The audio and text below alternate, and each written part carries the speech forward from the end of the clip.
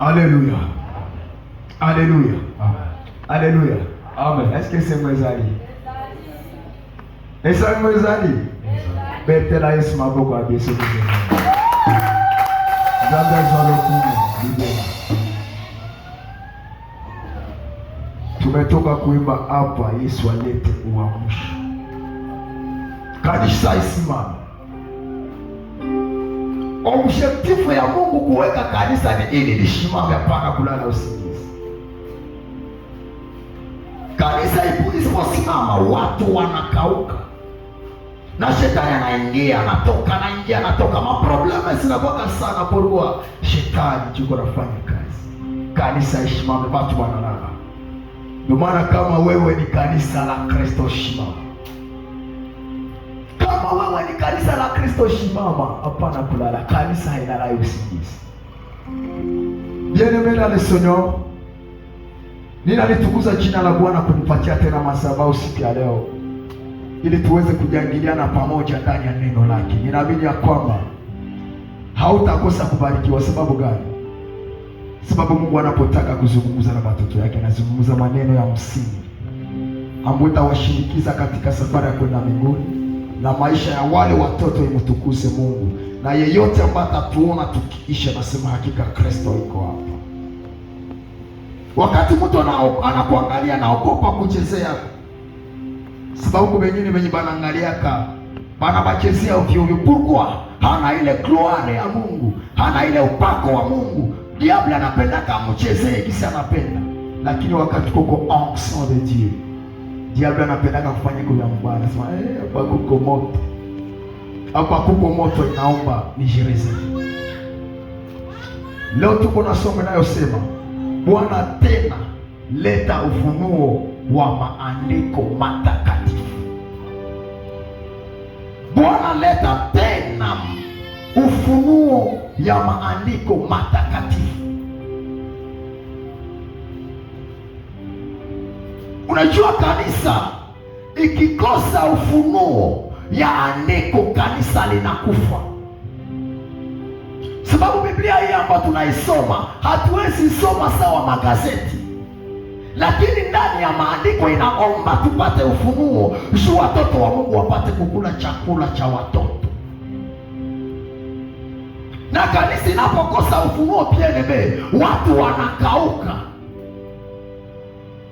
Na makanisa nyingi sana, niko na repete kusema 98% ya makanisa zimekosa ufunuo. Na wakati 98% makanisa imekosa ufunuo, leo watumishi wa Mungu wamehayarika. Leo neno la Mungu limekosa nguvu. Watu wako nafasha habari njema, lakini wanatona zero. Ngoja nikuprove.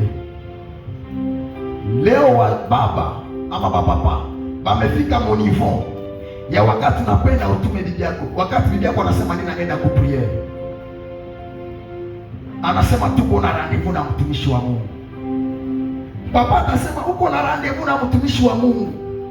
Komasa sema sipendi uende kule. Juu ya nini anadute? Paske wamelewa ya kwamba watumishi wa Mungu nao ni majambazi. Kukosa ufunuo imeacha leo wanadamu wanaelewa ya kwamba nao watumishi wa Mungu nao wa Kristo ni majambazi, na mtu akituma kule mke wake kuna uwezekano afanye vibaya.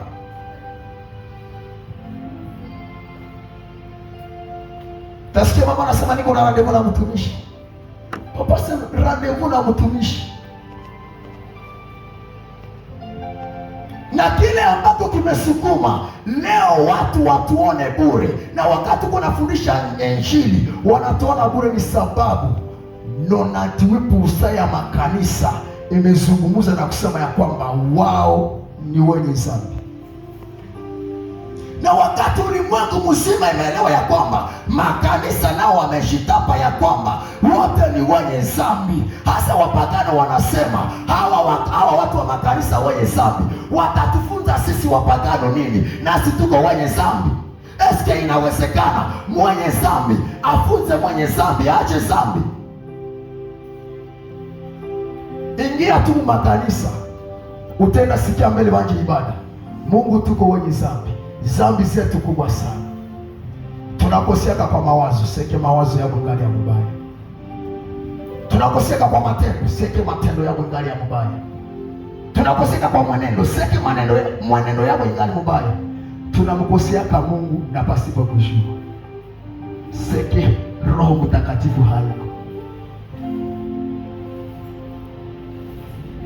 Mpakano yanakuwaka wazi, anasemaka mimi niko mwenye dhambi. Mimi nafanyaka na mema, nafanyaka dhambi kwa mawazo, nafanyaka dhambi kwa matendo, nafanyaka dhambi kwa mwenendo, nafanyaka dhambi na pasipo kujua. Ule ni mpakano, naye iko wazi. Hasa jiulize, wakati mpakano na Mkristo, wote wamekosea Mungu kwa mawazo, kwa matendo, kwa masemi, kwa mwenendo, na pasipo kujua. Mkristo ni nani? Ndio maana leo tufunge makanisa. Tumeelewa ya kwamba makanisa ambazo ziko hazina uwezo ya kufundisha mtu na afike kiwango ya kuondolewa dhambi na ajiite mtakatifu. Lakini ishapokuwa wako nafunza watu, lakini wao wenyewe wako nasema ya kwamba sisi sote tuko wenye dhambi, hakuna mtakatifu chini ya jua. Niko nasema huyu mtu mwenye alileta ufunuo ya kimashetani ya kusema ya kwamba sisi sote tuko wenye dhambi na hakuna mtakatifu chini ya jua. Huyu ameua watu wengi, ameua nafsi za watu wengi, na watu wamekatalia ndani ya dhambi, sababu wamejua ya kwamba hata kama mtu anaokoka haiwezekani dhambi ishi ndani yake, sababu ni wanadamu. Ndio maana tutaangalia kwa madhabahu evangelist kuna patia pastor Yesu. Tangalia kwa madhabahu desordre imeana. Na ile yote iko nakuwa jua ni sababu wameelewa ya kwamba sisi sote tuko wenye dhambi.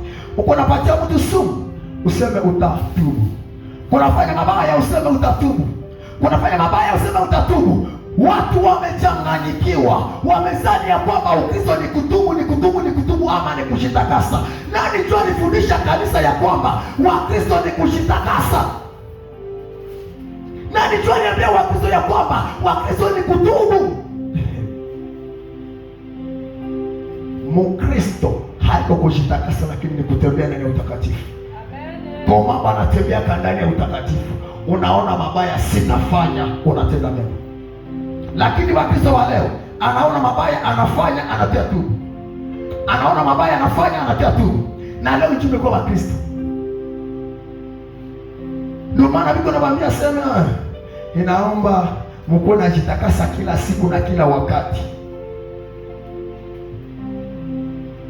Wakati mtu amefanya shule, anajitakasa mara ngapi? Sasa kila siku na kila wakati, jua tuje siku wala saa. Eske maombi ya kila saa, kila wakati na haitachokesha?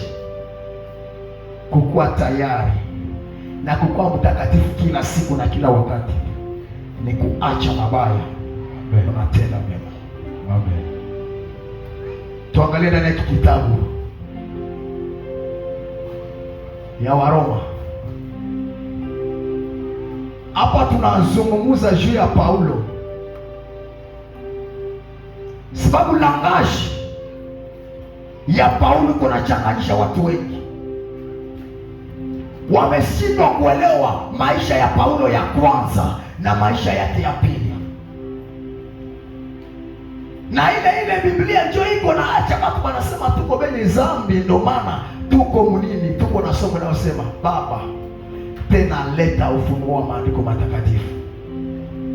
Tuko ndani ya Waroma sura yake ya 7 mstari wake wa 15 tutafika 17, 18 tutaruka vile na 24. Tutashimama, tutaongoza usomi katika jina la Yesu Kristo.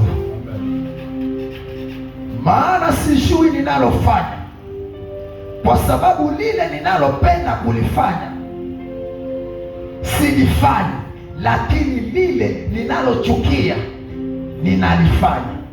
Basi kama nikifanya lile ambalo sipendi, ninakubali ya kama sheria ni njema.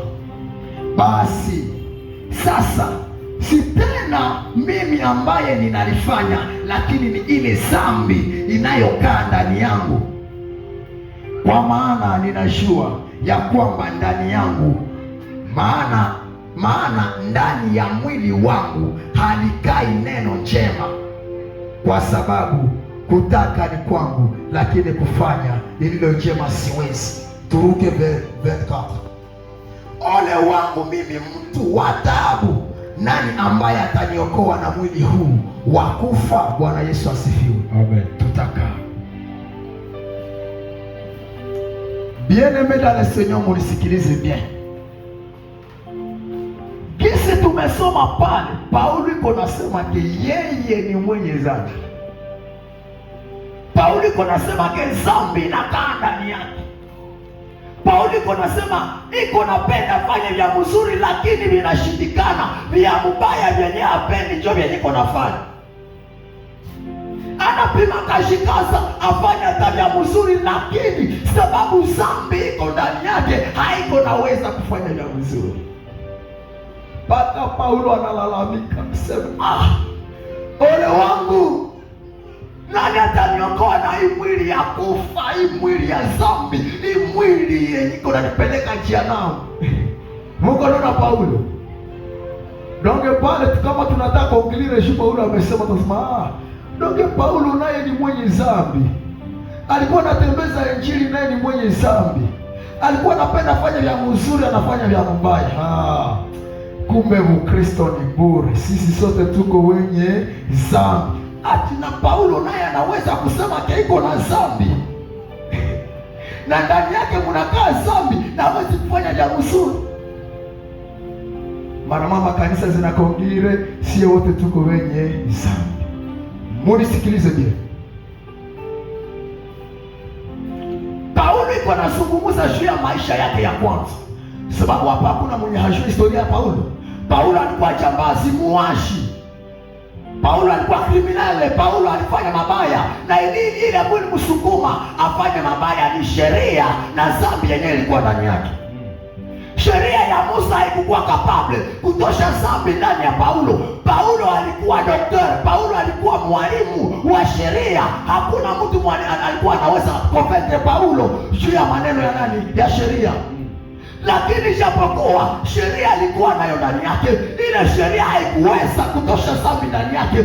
Na huyu Paulo, wakati sheria ilikomali na komala na ielewa mdivosa yulu, hasa resulta yake ananja asasine wa Kristo, ananja uwa wa Kristo, ananja fanya mabaya. Sasa Paulo hapa iko nazungumuza juu ya maisha yenye alikuwa naishi. Aseme alikuwa anapenda fanya jabie, pelmake dhambi na sheria iko pale juu ya kusukuma mtu ndani ya mabaya. Oli afanya mazuri, lakini dhambi na msukuma kufanya nini? Kufanya mabaya. Bien-aimé dans le Seigneur, usipimake sifarishi maombi ya usamaha, usema nilifanya mabaya, njoo Mungu nisamehe, pardon. Hauachi tena kesho nafanya mabaya. Jipatie conclusion ke baba yako ni shetani na hauna Mungu.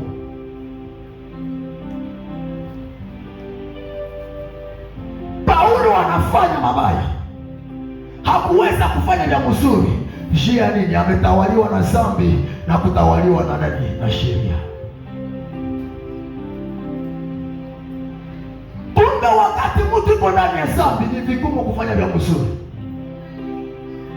Kama umeona makanisa ziko huku shiko na zitapia dhambi na wanasema ke hapa ulifanya dhambi, elewa ya kwamba haweko kapable kufanya jambo zuri. Ndio maana leo makanisa imekuwa luyenge, wamekosa namna gani ya kupata ufunuo ya mbinguni, wamedevie, wameingia miujiza na unabii, sababu kule ni tembera.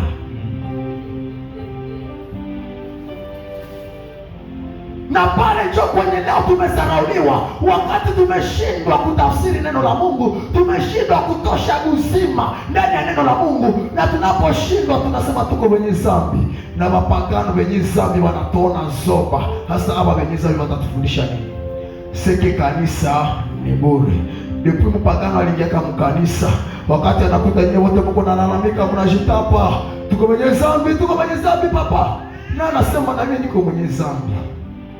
Donge nimekutana na bandugu yangu, seke dunia ni bure.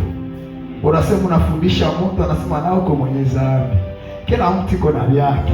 Hata unifundishe niache dhambi, haiwezekani niache dhambi juu na wewe uko na dhambi sasa shindwa kuiacha. Sasa kila mtu abakie na vyake.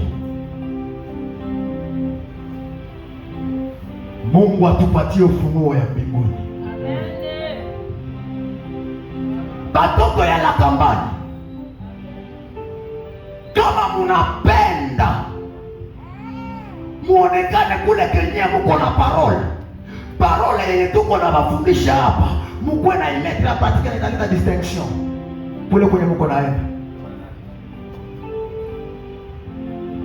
Lakini wakati na wewe Yesu umetoka hapa, kule kwenye unaenda unaacha Ukristo hapa, kule kwenye unaenda onekana mdule luyenge na makule, utaendelea kuzaraulisha Injili na Kristo Yesu hatapata utukufu. Ndio maana niko nasema jua nini watu wakomprendre kazi ya Yesu. Yesu alitika aachwe uchi. Kile mafoto zenye watu wanaona kama videoni wazungu, haiko Yesu. Alibatia uchi kwa msalaba.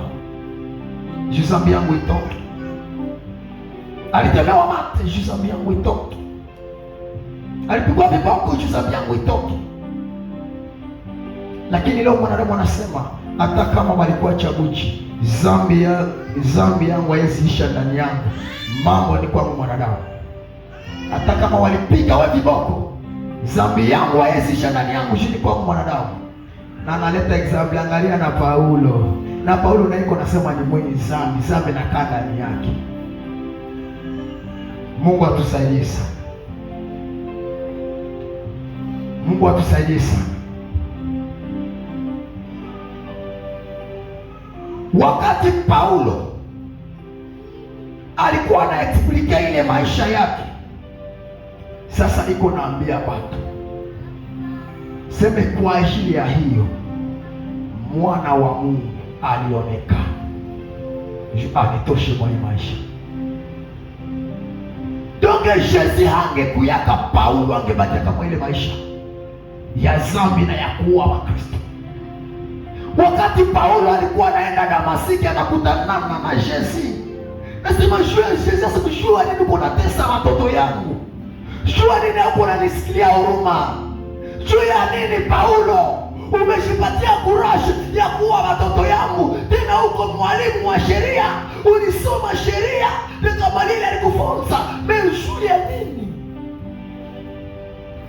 Paulo sema kwa nani? Sema ni Yesu mwenye kuna tesa. Pale ndio kwenye Paulo alipataka deliverance. Pale ndio kwenye alipataka nini? Wokovu. Na wakati Paulo anapata ile neema ya kusamehewa dhambi, ya kumutosha chini ya utawala wa shetani, hapo ndipo Paulo alianza témoigner Yesu. Kumbe mwenye ameokoka ndio mwenye anafanya kazi ya Mungu. Mwenye ameokoka ndio mwenye anafanya kazi ya Mungu. Kama uko kule bien-aimé umeokoka, tuko nafanya na wewe kazi. Lakini kama haujaokoka, acha. Yeye utafanya haitafaa kitu.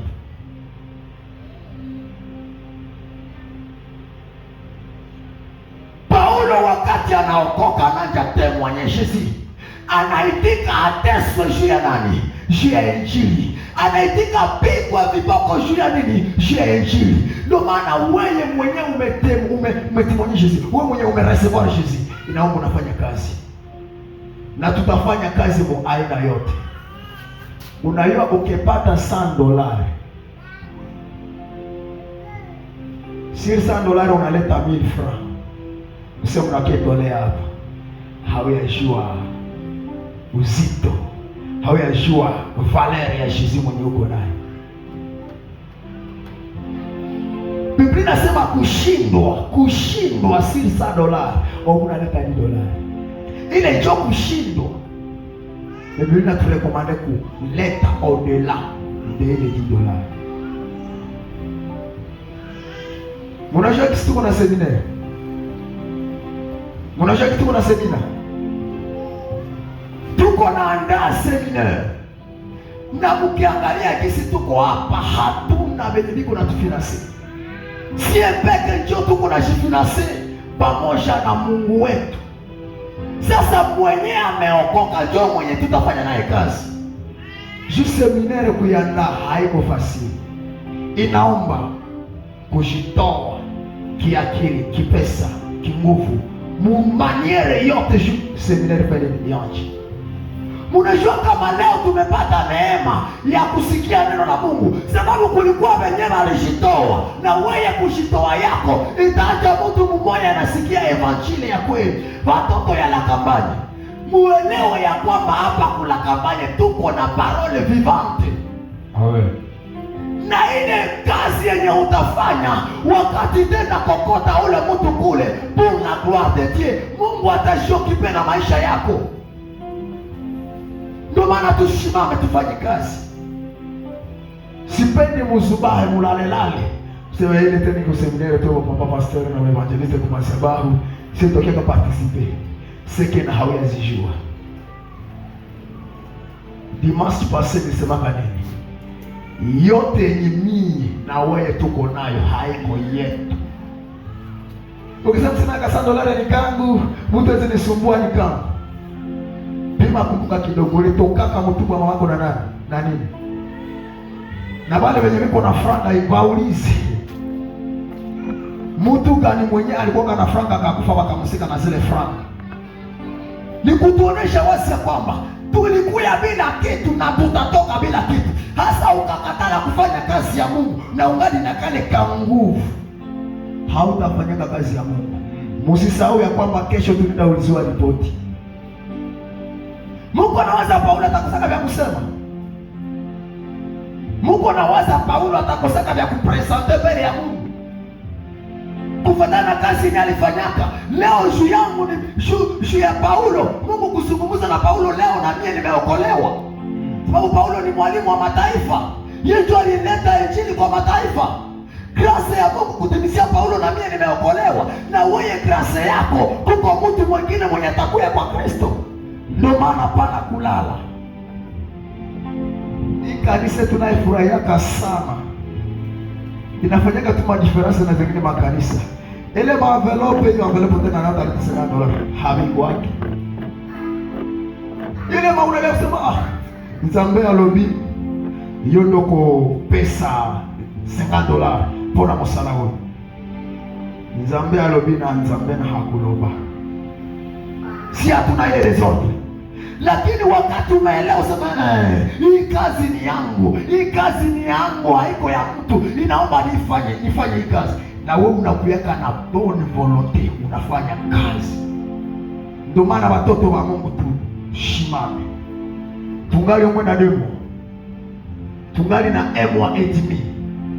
Juste mimi na yaji. Ndio maana ndugu zangu katika Kristo tushimame.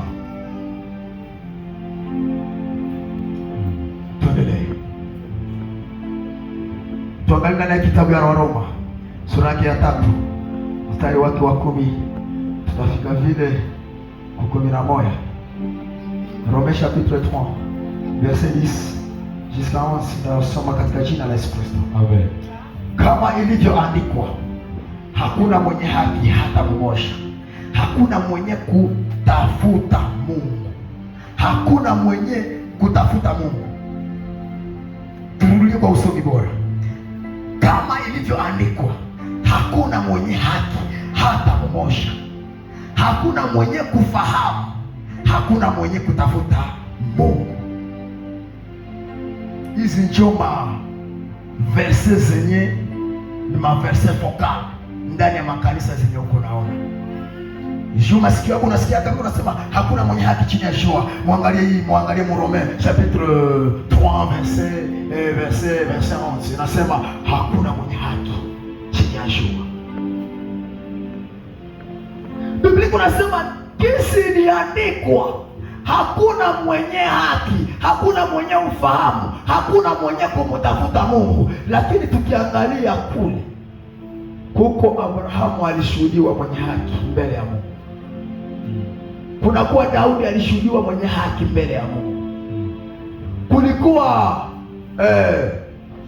Huyu mtumishi wa Mungu Lazaro, iko Zakayo, huyu mwenye Yobu, huyu Yobu naye alishuhudiwa mwenye haki mbele ya Mungu. Hasa Biblia inasema kwamba hakuna mwenye haki, na wakati mnakwambia sema chini ya shua hakuna mwenye haki, deja Biblia inaonyesha mwenye haki, na unasema ndio hakuna mwenye haki. Mungu iko na jiadrese kuwenye walikuwa najipatia haki chini ya sheria. Saba bakinomo Paulo, wakati Paulo iko naua mtu, telemake yeye anajua sheria yote, anasema hata kama nimeua mtu niko mwenye haki. Na Mungu wakati iko na mwangalia anasema no, uko mwenye haki namna gani? Mabaya Mungu naifanya, Mungu wanafiki, Mungu anapatia watu misigo yenye nani hamubebake, mnasema Mungu mwenye haki. Ndio maana Yesu anasema namna ilivyoandikwa, hakuna mwenye haki hata mmoja. Lakini haki tumeipata kwa njia ya imani kupitia Bwana wetu Yesu Kristo. Amen. Ndio maana mtu akakwambia aseme hakuna mwenye akisema ile ni bongo ipeleke kwa madhehebu, lakini kwa neema sisi tumepata haki na tunatembea ndani ya haki. Amen. Ndio hakuna mwenye haki, mwana na bibi yake mtu asamtengeneza. Bibi macho yako juu kwa ovyo ovyo, mama unafuata na mtamani na kupenda ufanye vya mbaya. Sema hakuna mwenye haki. Wakati nilikuwa na pressure huko vile, kwa baba na nitaseme kwa hapa. Sema nimesikia vraiment, nimekusikia mwanzo mpaka mwisho. Kisa umeongea, nimesikia. Sema niambie kile kinachonaniita. Sema kwamba hakuna mwenye haki. Useme chini ya jua kuko mwenye haki. Acha nikuoneshe mfano.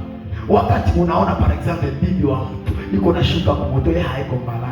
Wakati unaona maparti sensible, mara mawazo yako itafuata enda ovyo ovyo, na unapenda ukamatane na sababu utakuwa umefanya sana. Kama ungali mwa ile nivo ungali nivo ya chini sana, na inaomba Mungu akukumbuke. Amen. Wewe ungali naona baraka iko napita na mabilishi pe, unastuka wewe kreti na unasema useme niko mwenye haki. Ungali naona mapati sasa ya mwanamke, mara moja unapata kwa kichwa yako inachanganyikiwa na unapenda upange kama utamwafaa. Unasema mshakaokoka. Kwa maana Mungu anasema wasema tunamkosea kama Mungu na pasipo kujua, seke hama na Roho Mtakatifu. Wewe mwenye uko na Roho Mtakatifu hawezi fanya dhambi pasipo kujua. Nenda jikuta usafanya vya mbaya, sasa Mungu nimefanya vya mbaya, sikuwa najua kweli. Mungu atusaidie sana. Batoto ya Mungu, batoto ya la kampani, ninawaambia hivi, Mungu ametuonesha upendo, na hii upendo yenye iko natuonesha, iko natusukuma atuongoze ndani ya kweli na haki. Batoto ya la kampani tukora kuonesha kwa Mungu anatufanyia. Mtu mwenye iko mwenye atashimama aseme mimi niko Mungu anibariki, ashimama. Sema mimi niko na Mungu hanipati yake, ashima. Kama tutamwombea apite mbele, tumwombee. Sema mimi Mungu anibariki yake. Vraiment naombaka na fama kaskade, Mungu anibariki yake, apite hapa tumwombee. Na kama takosekana vedire ke Mungu anatubarikiaka, na kama anatubarikiaka ile baraka zenye niko nakupatia ukizileta kwa hapa, tufanye kazi ya Mungu. Kumbuka vyapata vyenye Mungu amekufanyisia, kumbuka mitego zenye Mungu amekupitisha.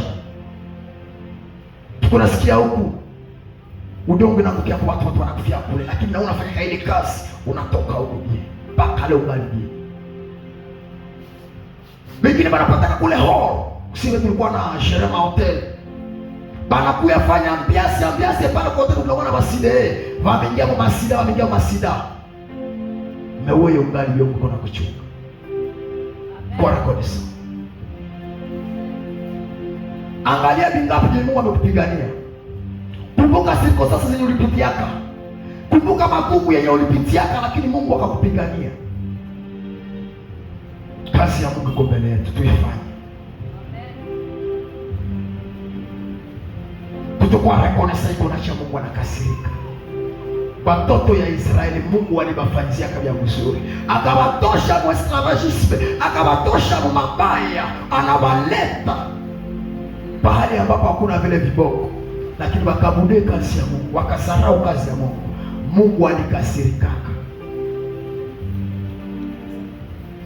Ndio maana watoto wanakabaya tu kwa rekonesa. Mungu na bisi. Okay. Kobangate. Chikala. Zanda zao pona biso. Kodute na basali oyo zomona ote. Kodute na bango te. Lokola ba chrétien mosusu balutaka na basali na bango. Balutaka na ba pasteur na bango. Kodute na biso te. Somo zawa na odute na biso kende na yo. Parce que c'est pas normal. Quand tu marches avec nous, quand tu doutes avec nous, tu ne peux pas marcher avec nous avec des doutes. Et quand tu doutes avec nous, tu quittes. Fais-nous confiance, mes bien-aimés dans le Seigneur. Il y a quelque chose que Dieu va faire pour nous. Ici, dans notre église de la campagne, il y a beaucoup de choses que Dieu va nous révéler. Beaucoup de choses. Et il va nous révéler dans sa parole. Parce que souvent dans notre église de la campagne, on fait la prophétie de la parole. Nous ne sommes pas là pour distraire les gens. Nous sommes là pour révéler la parole selon le Saint-Esprit.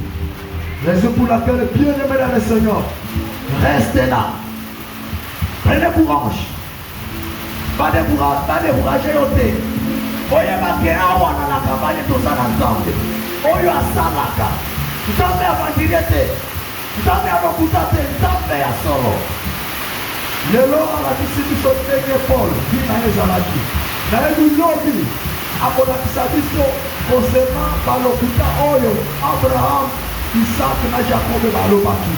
Ebele ya bato balobi ke ndenge Abraham, Isaac na Jacob balobaki lokuta bana na Nzambe pe balobaka lokuta. Mais na ebi jour wana ntango Nzambe akopesa biso mboka, akorevele biso makambo wana. Nzambe apambola bino mpe abatisela bino ya mingi na kombo na Yesu Kristo. Amen. Betela Yesu maboko ya bien. Gloire à Dieu, gloire au Seigneur, au nom de Jésus-Christ. Amen.